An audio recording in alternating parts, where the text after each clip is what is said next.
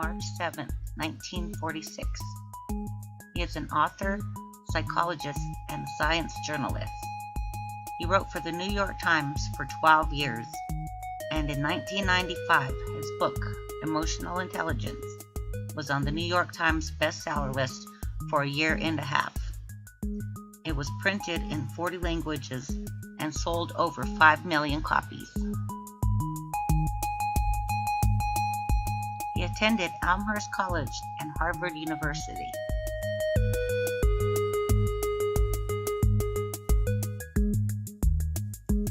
Emotional intelligence is the ability to identify and manage your own emotions and the emotions of others. It is generally said to include 3 skills: the ability to identify and manage your own emotions and those of others, the ability to harness emotions and apply them to tasks like thinking and problem solving, and the ability to manage emotions, including the ability to regulate your own emotions and the ability to cheer and calm down another person.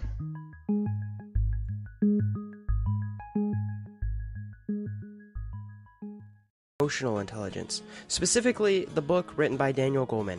So why is emotional intelligence so important? Well, you can tell the difference between a robotic person who knows a lot, but they have very little emotions, and a charismatic intellectual who seems to move a whole audience. And you can also tell it in their bank account, friends, and love lives as well. In fact, Daniel Goleman says that those who have just enough IQ to get into a decent university, but have stellar EQ, are the ones who rake in the most cash. So how can you develop your EQ, and what can you do to cultivate it? So there are 5 areas of growth you can work on to increase your EQ score, developed by Daniel Goleman. I'm going to go over some topics that revolve around them and how you can work on increasing your emotional intelligence today. So the first is self-awareness, the second is managing emotions, the third is self-motivation, which personally this is an area I could work on. The fourth is empathy, and the fifth is handling relationships. So the first big topic we're going to go into today is called the ventilation fallacy. So there's a stereotypical thought in modern society that to get over your feelings or anger or something like that, we must talk about them. And this helps to some degree to cognitively think about your subconscious feelings, but venting does not help. Yelling, ranting, typing up essays over bitterness, flipping someone off, cesspools of poison as a status update, or any other form of venting method are, according to Daniel's theory, wrong and technically make the situation worse. See, venting when you're angry prolongs your feelings and doesn't help stop them. Goleman and many other studies have proven this. I think venting when you're sad is okay because it's a great way to find out why you're sad, and thus you can make the changes you need to not be sad anymore. But when you're angry, there's usually not much cognitive thinking, and it's usually mostly just emotional lizard brain thinking that happens to cause problems down the road. So try not to vent. So the next topic we're going to go over is to try not to ruminate over things. Instead, try to find distractions. So in high school, I used to be very self-conscious about the things I'd say to other people. Like, was I funny? Did I sound smart? These meant a lot to me when I was in high school, and I thought about them a lot. Eventually, I started a new hobby. I started weightlifting. Now, this little hobby lasted for probably 4 to 6 months, but I lifted good, and almost every single day. And this was a great distraction, but it also built up my physical stature, which physiologically made me more confident. So I distracted myself about what I would say by weightlifting. It's kind of hard to explain, but my confidence increased, and I didn't worry about as much of what I said.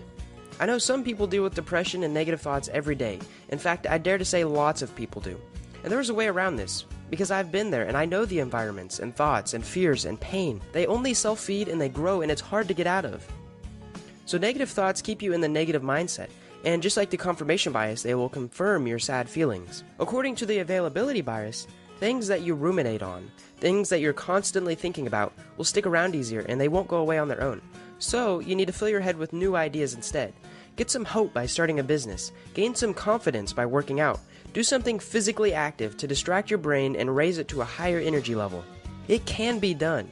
You just have to have the motivation to do it, which is also very important to emotional intelligence and, like willpower, can be strengthened over time. So the next big topic is going to be self-motivation.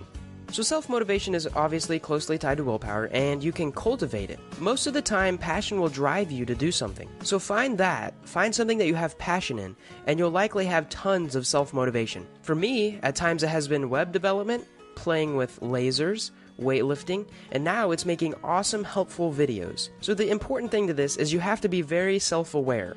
You have to know what you can do to motivate yourself. So I'm going to go into a little subcategory. Most people are motivated by one of four things. They all start with M: money, mating, momentum, or mastery.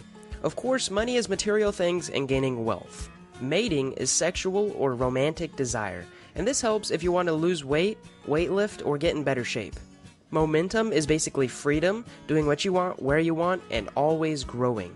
For me, this channel's momentum is huge. I love waking up and seeing 300 new subscribers or a couple Facebook messages about how I have changed someone's life. It drives me to make more videos knowing I'm making a difference in so many lives.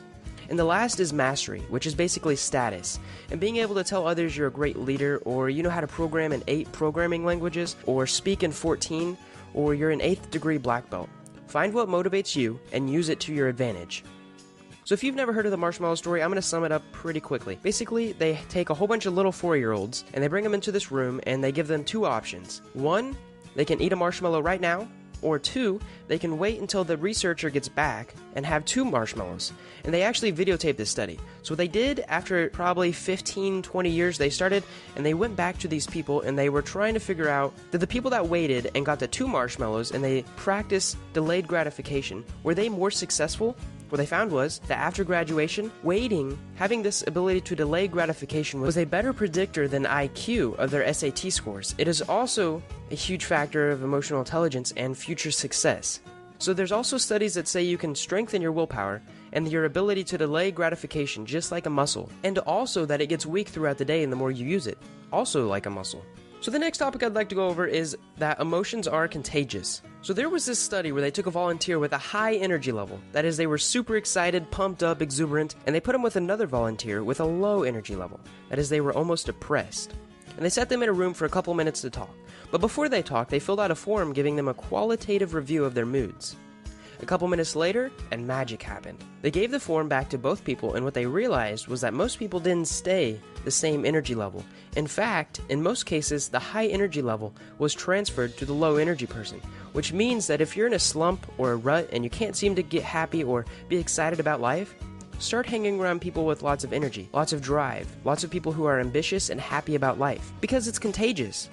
On the other hand, if you see one of your friends in the dumps, do them a favor and help them out. Start spending more time around them. So the next topic is going to be empathy.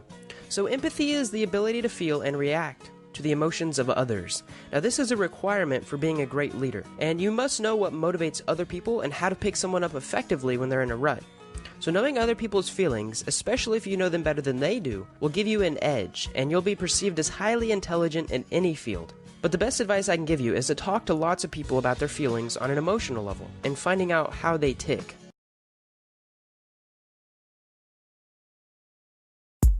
Emotional intelligence is necessary in a world where children have reduced social contact and increased virtual contact, and therefore have less opportunity to develop emotional intelligence.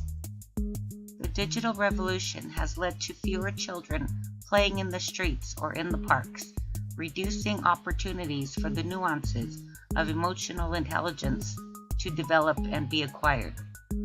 This is why children can get it very wrong in social media exchanges, because they do not see the impact of their ill-judged words on the faces or in the voices of those they affect.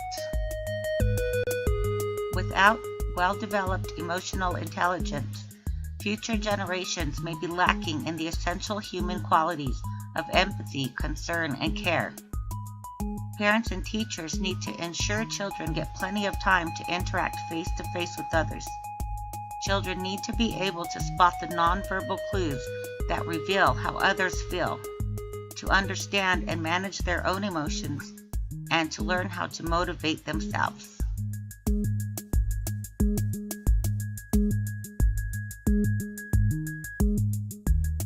And you believe that we should start fostering that emotional IQ in the cradle, actually. Well, I think that parents, good parenting really means helping a child feel that they're cared about, tuned into, empathized with, and any good parent does that. Mm-hmm. But if you have that base, that secure base, then you can care about other people. Then you can manage yourself better. So I think that parents are the first tutor in emotional intelligence. So we can teach ourselves and we can teach our children to have a higher emotional quotient. Absolutely. And in schools, this is called social emotional learning. There's a lot of it going on. They're hoping to make it national, part of the national standard. It should be national. I think it should be international, frankly. I think it should be international. Well, because you know, I have learned at my school that is what really matters. I started out looking for one thing, and now I know that having basically what social emotional learning is developing character. That's right. And a value system, and what a lot of educators now call grit. That thing that allows you to keep going and have resilience in the face of failure, Right. and to self-awareness, to know who you are. All of those things, far more important actually, or certainly equally as important to how well you do in math and science. Another word for grit is technical, it's cognitive control. I was in a school, second grade classroom in Spanish Harlem. These are kids who live in the projects next to the school. Terrible, you know, the drug dealers are the most All the successful worst people conditions, there. yes. Worst conditions you can imagine. Every day, each kid goes to their cubby, gets a little stuffed animal, finds a place to lie down on the rug, puts that animal on their tummy, and watches it rise on the in-breath and fall on the out-breath. Count 1, 2, 3 on the in-breath, 1, 2, 3 on the out-breath. Teacher says this keeps them calm and focused all day long. And it's basically a lesson in mindfulness. It's a mindful meditation. And it turns out that from a brain point of view, what you're doing is strengthening the prefrontal cortex, which is the mind's executive center. It's the boss. It's the one that learns. It's where we plan, where we decide, and where we become mindful. And that, it turns out that if you take kids 4 to 8, measure their ability in this, and then pick them up in their 30s, it predicts their financial success and their health better than IQ or the wealth of the family they grew up in. Really?